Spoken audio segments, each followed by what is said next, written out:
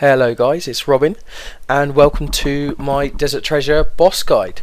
Now I have skipped the early parts of the quest just because they're simple enough, really easy to do once you've got the stats, and you can find them on Tippet. These bits that I'm covering in these videos, in this video series, are more just the hints and tips that you may not be able to find on those affiliated websites. Now what we're going to be doing first is we're going to be going into the desert to kill who I see as the easiest boss, and that is Farid.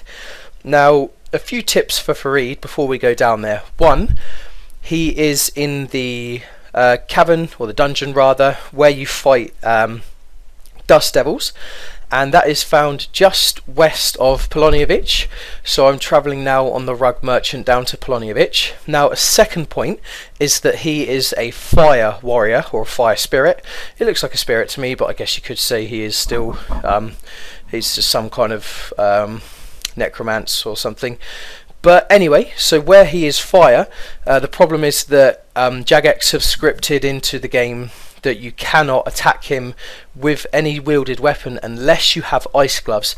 Now ice gloves are a pain in the ass, especially for a low level pure like me, going in tanking all of the ice spiders and the ice warriors and killing the ice queen is too much work. So there is another alternative, and that's that you have to cast spells without anything wielded. Now the technique that I've always gone for with Farid is to bind and cast. Now he is fire orientated, as I said, so you want to be casting a water spell on him. Now what I'm going to do now is just jump ahead to the next section and I'll see you there. Okay guys, so we're now here at the dungeon entrance, and I'm not sure if this dungeon has a name, but as I said, it is where you meet the dust devils. Now I would speed this up, but my editing program is an absolute ass, so I'm going to have to skip this bit, but I will tell you what you have to do. Now this is a huge dungeon and you will need lots of super energy for this, depending on your agility. I think I managed it here on, I think I did it in about 3-4 dose pots in the end, and that's super restore, or super energy rather. And what you have to do is you have to run to 4 corners of this dungeon with a tinderbox, 50 fire making. All of these requirements are on Tippet, as I said, and of course in your quest guides. With your 50 fire making, you have to light the 4 torches. Once you light the 4 torches from each corner of the dungeon, you have to run back to the center, just around some fire giants, to a chest. You open the chest and you get the warm key.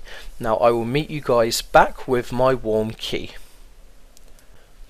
Okay guys, so as I said, after you light all 4 of the torches and you run to the center room, you will obtain a key known as the warm key. You just have to run for a few fire giants. There's no real risk down here other than of course Farid himself. Now once you get in, you have to open the gate, and the minute you open the gate he will spawn. Now I advise binding him instantly. It's such a risk. Even watching this back I'm cringing. Now you need a water spell, as I said, and there is a system that you can work out. Now if you're really good, you can work on the system that you can bind and get 3 hits, but you need to be at the right distance for that. The safest system to work at is bind and then 2 hits. Okay, now I got hit there, very lucky, I only got hit 6. He can max out at maybe 35. He does hit 30s on me, you'll see in a minute. Now going back to the bind, with this there's a few problems. You can only bind, I think it's maybe once every 15 seconds. This one's actually snare of course, but even when you've casted it and he isn't bound anymore, you still have to wait maybe 1 to 2 seconds before you can actually cast it again. So with that all in mind, what I'm going to do now is splice the video up a bit for you and show you my, I think I had 3 fails on Farid, and I hope you enjoy guys.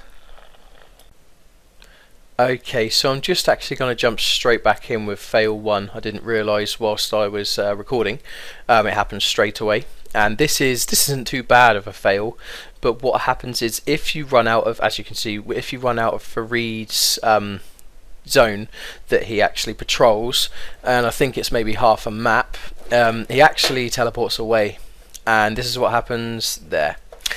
There you go. So if you run too far away from Farid, because he's so slow, he teleports away. Yep, OMFG, exactly. And what I'll do now is I'll splice the video again to show you guys my second fail. Okay, and this is the second fail, guys. Just a tip, try not to bring teleport runes with you.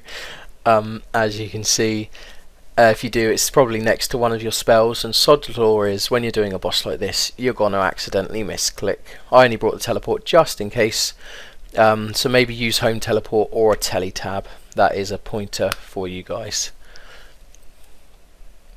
And 31, beautiful, 21, wonderful stuff. I raged so much. I'm so glad you guys didn't have to sit through that audio. It was brilliant. And this is the second death, guys. It was just greed, to be completely honest with you. I told you earlier in the video about the system that you should do: entangle, cast, cast, or at the most entangle and 3 casts. I tried to get in about 4 casts here because I could see, look, it was on about 20 health. Boom, he hits me at 30. I'm just like, oh my god, no, panic, panic, panic, panic. 32, absolutely wonderful. And this time I raged so much my girlfriend came in and thought something was wrong. Yeah.